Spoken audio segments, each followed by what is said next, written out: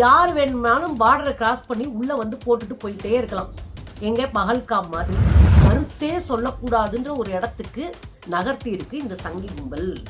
அதுலயும் மதங்கள் குறித்து அது கடவுளை குறித்து எந்த ஒப்பீனியனும் வைக்கக்கூடாது.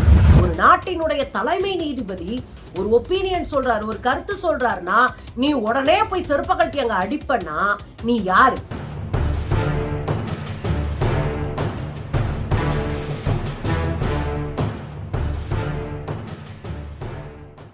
வணக்கம் தோழர்களே.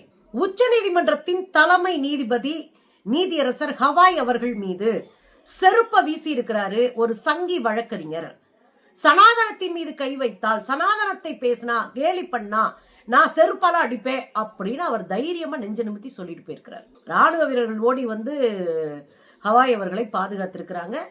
ஒரு நாட்டினுடைய உச்சபட்ச நீதிமன்றமான உச்ச நீதிமன்றத்தின் தலைமை நீதிபதிக்கு பாதுகாப்பில்லை நீதிமன்றத்தில். இதுதான் இந்த நாட்டினுடைய நிலைமை. யார் வேணுமானாலும் பார்டரை கிராஸ் பண்ணி உள்ள வந்து போட்டுட்டு போயிட்டே இருக்கலாம். எங்க பகல்காம் மாதிரி. பக்கத்து நாடுகள்லாம் நம்ம நாட்டினுடைய எல்லைகளை கொஞ்சம் கொஞ்சமா புடிச்சிட்டு நாங்க எல்லையை புடிச்சிட்டோம் அப்படின்னு அவன் மேப்லயே போடலாம். ஆனா நம்ம வேடிக்கை பார்ப்பாரு. சீனாக்கார ஹிமாச்சல் பிரதேசமே எங்க மாநிலம், எங்க பகுதி அப்படின்னு மேப் வெளியிடலாம். நம்ம வேடிக்கை பார்ப்பாரு. ஆனா சனாதனத்தை பத்தி பேசினா உள்ள வந்து அப்படியே உழப்புவாங்க. என்னடா உங்க நியாயம்?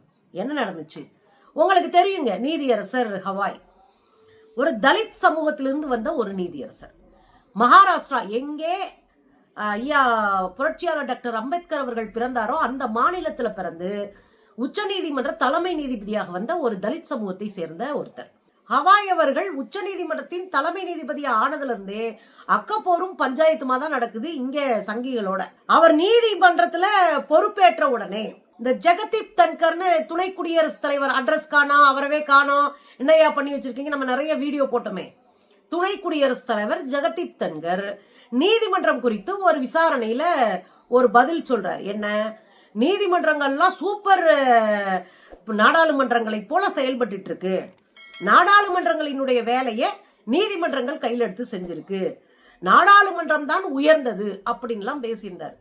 உடனே வந்து பதவியேற்ற பிறகு ஹவாய் அவர்கள் என்ன சொன்னார்னா, நாடாளுமன்றம் உயர்ந்ததா நீதிமன்றம் உயர்ந்ததான்ற பேச்சுக்கே இடம் இல்ல, இந்த ரெண்டு மன்றங்களையும் விட அரசியல் சாசன சட்டம் தான் உயர்ந்தது அப்படின்னு ஒரு வெடிய போட்டு எல்லார் வாயையும் மூட வச்சுட்டாரு. அப்பயே சங்கிகளுக்கு கடுப்பு. ஒரு துணை குடியரசுத் தலைவர் பாஜகவினுடைய மாநிலங்களவையினுடைய அவை தலைவராக இருக்கிறவர் அவர் எப்படி எதிர்த்து பேசலாம் அப்படின்னு கடுப்புல நிறைய திட்டிட்டு இருந்தானுங்க. இதுக்கு இடையில உச்ச நீதிமன்ற தலைமை நீதிபதியா அவர் பொறுப்பேற்ற பிறகு சொந்த மாநிலமான மகாராஷ்டிரா போறார். இந்த புரோட்டோகால் என்ன அப்படின்னா, மரபு என்ன அப்படின்னா, நீதியரசராக பதவியேற்ற பிறகு அவர் போறாருன்னா அவருக்கான மரியாதையை அந்த மாநிலத்தினுடைய உயர்ந்த பொறுப்பில் இருக்கிறவர்கள் தரணும். அவரை நேரடியா போய் சந்திக்கணும், அவருக்கு மரியாதை கொடுக்கணும், எல்லாத்தையும் செய்யணும். இவர் எதுக்கு போயிருக்காரு? நம்ம மாநிலத்துல இருக்கிற ஒருத்தர் உச்ச நீதிமன்றத்தினுடைய தலைமை நீதிபதி ஆயிட்டாரு, அவருக்கு பாராட்டு விழா வைக்கணும் தான் அவருக்கு பாராட்டு விழாவே நடத்தினாங்க. அந்த பாராட்டு விழாவில் கலந்துக்கதான் ஹவாய் போயிருந்தாரு. அந்த பாராட்டு விழாவில் கலந்துகிட்ட ஹவாய் அவர்களை உயர் அதிகாரிகள் யாருமே போய் பார்க்கல. சங்கி பயல்கள் தானே ஆட்சியங்க, பாஜக தானே ஆட்சி அமைச்சிருக்கு கூட்டணிகளோடு சேர்ந்து. அந்த பாஜக ஆட்சியில உச்ச நீதிமன்ற தலைமை நீதிபதியை அசிங்கப்படுத்தினாங்க, அவமானப்படுத்தினாங்க.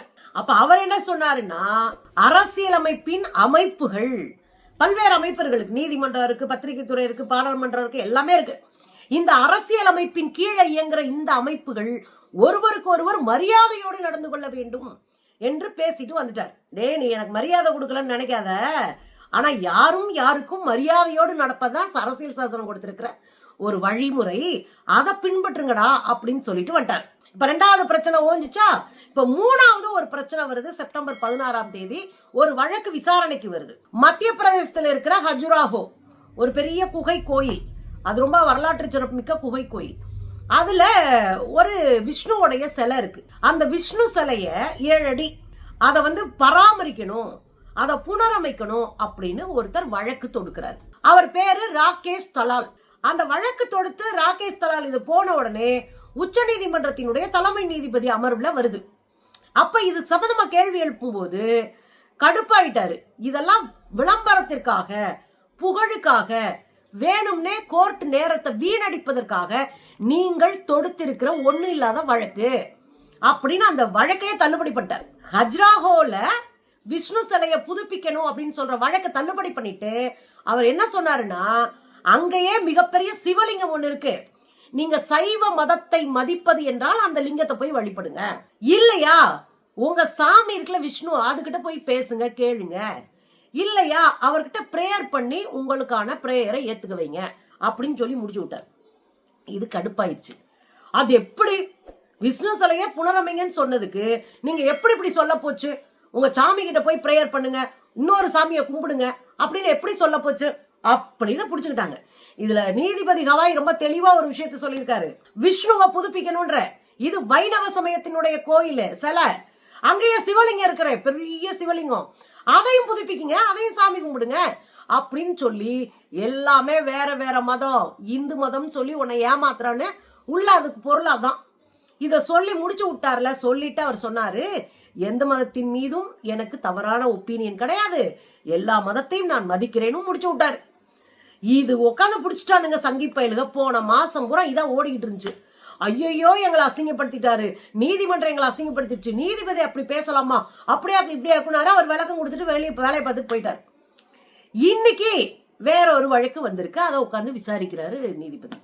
இந்த விசாரணை மன்றத்துக்குள்ள நுழைஞ்ச ராகேஷ் கிஷோர் அப்படின்ற ஒரு வழக்கறிஞர், அவர் கொஞ்சம் வயசானவர்னு சொல்றாங்க. அந்த வயசான வழக்கறிஞர் என்ன பண்றாருன்னா, உள்ள வந்து சனாதனத்தை நீங்க கேள்வி கேட்டு இழிவுபடுத்திட்டீங்க, சனாதனத்தை கேள்வி கேட்டு இழிவுபடுத்தினா நான் வேடிக்கை பார்க்க மாட்டேன் அப்படின்னு உச்ச நீதிமன்ற தலைமை நீதிபதியை செருப்பால் அடிக்க ஓடிக்க ஓடனோடனே அங்க பாதுகாப்புக்கு இருந்த துணை ராணுவ படை அவரை பிடிச்சிட்டாங்க. துணை ராணுவ படை அவங்கள பிடிச்சிட்டு அவரை பிடிச்சி அரெஸ்ட் பண்ணி கூட்டிட்டு போயிட்டாங்கன்னு வச்சுக்கோங்களேன். அவர் போகும்போதே சொல்லிட்டு போயிருக்காரு, சனாதனத்தை இழிவுபடுத்தினா நாங்க இப்படிதான் பண்ணுவோம், நாங்க விட மாட்டோம், நாங்க வந்து உங்களை தொலைச்சு கட்டிடுவோம் அப்படின்ற மாதிரி கத்திக்கிட்டே போயிருக்காரு. அப்புறம் பிடிச்சி புடனில போட்டு ஒழுங்கு மரியாதை போடா அப்படின்னு அந்த கிழவனை அனுப்பி விட்டாங்க. இதுல என்ன அப்படின்னா, கருத்தே சொல்லக்கூடாதுன்ற ஒரு இடத்துக்கு நகர்த்தி இருக்கு இந்த சங்கி கும்பல். அதுலயும் மதங்கள் குறித்து, அது கடவுளை குறித்து எந்த ஒப்பீனியனும் வைக்க கூடாது.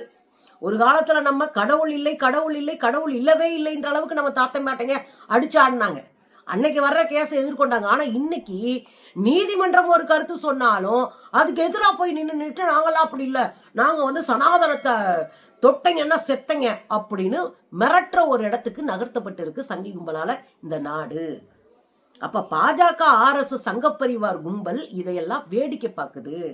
ஒரு உச்ச நீதிமன்றத்தினுடைய தலைமை நீதிபதிக்கு பாதுகாப்பு இல்லாத சூழலை பாஜக உருவாக்கி இருக்கிறது. அதுலயும் சொந்த கட்சி ஆட்களால, சொந்த கட்சி சங்கிகளால இந்த ஒரு அச்சுறுத்தல் என்பது இந்த நாட்டிற்கே அவமானகரமான செயல். ஒரு நாட்டினுடைய தலைமை நீதிபதி ஒரு ஒப்பீனியன் சொல்றாரு, ஒரு கருத்து சொல்றாருன்னா நீ உடனே போய் செருப்ப கட்டி அங்க அடிப்பன்னா நீ யாரு, என்ன சூழலை உருவாக்குறீங்க? அப்ப எங்களுக்கு எதிராக யார் பேசினாலும் நாங்க அடிப்பண்டா, வீட்டை உடப்பண்டா, கொல்லுவண்டா, என்கவுண்டர் நடத்துவண்டா அப்படின்ற ஒரு இடத்துக்கு நகர்த்தி இருக்கிறார்கள். இது வன்மையாக கண்டிக்கத்தக்கது. நீதியரசர் மீது நடந்த இந்த தாக்குதலுக்கு மோடி அரசு பொறுப்பேற்க வேண்டும், மன்னிப்பு கேட்கணும் மோடி. ஏன்னா உன் பேர சொல்லிதான் ஒருத்தர் அடிக்க வந்திருக்கான். இப்போ உன் பேர சொல்லி ஒருத்தர் அடிக்கிறான்னா வேடிக்கை பார்க்க முடியாது. அப்ப மோடி அமித்ஷா மன்னிப்பு கேளுங்க. அமித்ஷா தானே உள்துறை அமைச்சரு, இந்த நாட்டின் அமைதியை பாதுகாக்க வேண்டிய பொறுப்பு அமித்ஷா கிட்ட தானே இருக்கு. அப்ப அமித்ஷா என்ன பண்ணணும், தார்மீக பொறுப்பேற்று இந்த தவறுக்கு மன்னிப்பு கேளுங்க. ஆனா நீதியரசர் ஹவாய் சொல்லிட்டாரு, இதெல்லாம் இனி ஒன்னும் செய்யாதுப்பா, இதுக்கெல்லாம் பயப்படுற ஆளா நானு, அதான் அதுக்குள்ள இருக்கிற அர்த்தம், இதெல்லாம் இனி ஒன்னும் பண்ண முடியாது அப்படின்னு நொட்டாங்கையில் அடிச்சிருக்காரு. நீங்க ஒன்ன நல்லா தெரிஞ்சுக்கோங்க, அம்பேத்கரை படித்த, அம்பேத்கரை உள்வாங்கி கொண்ட, அம்பேத்கரியத்தை தெரிந்து கொண்ட எந்த ஆட்களும் அதிகாரத்துக்கு அஞ்ச மாட்டாங்க, நொட்டாங்கையில தட்டிட்டு போவாங்க. அதனால அம்பேத்கரை உள்வாங்கி இருக்கிற, பௌத்தத்தை தொடர்ந்து கொண்டிருக்கிற ஹவாய் போன்றவர்கள்லாம், நீதியரசர்கள் எல்லாம் உங்களெல்லாம் நொட்டாங்கையில டீல் பண்ணுவாங்கன்றதை சேர்த்து புரிஞ்சுக்கோங்க. நமக்கு எல்லார் மேலேயும் மாற்று கருத்து இருக்கு, முரண்பாடு இருக்கு. ஆனா நீங்க செருப்பால் அடிக்கிறீங்க அப்படின்னா அது தவறு. விஜய செருப்பால் அடிச்ச போதும் இந்த கருத்துக்களை நம்ம பேசியிருக்கோம், பழைய வீடியோ இருக்கு. விஜயகாந்த் அவர்களுடைய மரணத்தின் போது விஜய செருப்பால் அடிச்சதையும் கண்டிச்சிருக்கோம். ஏன்னா நமக்கு அரசியல் தெரியும்.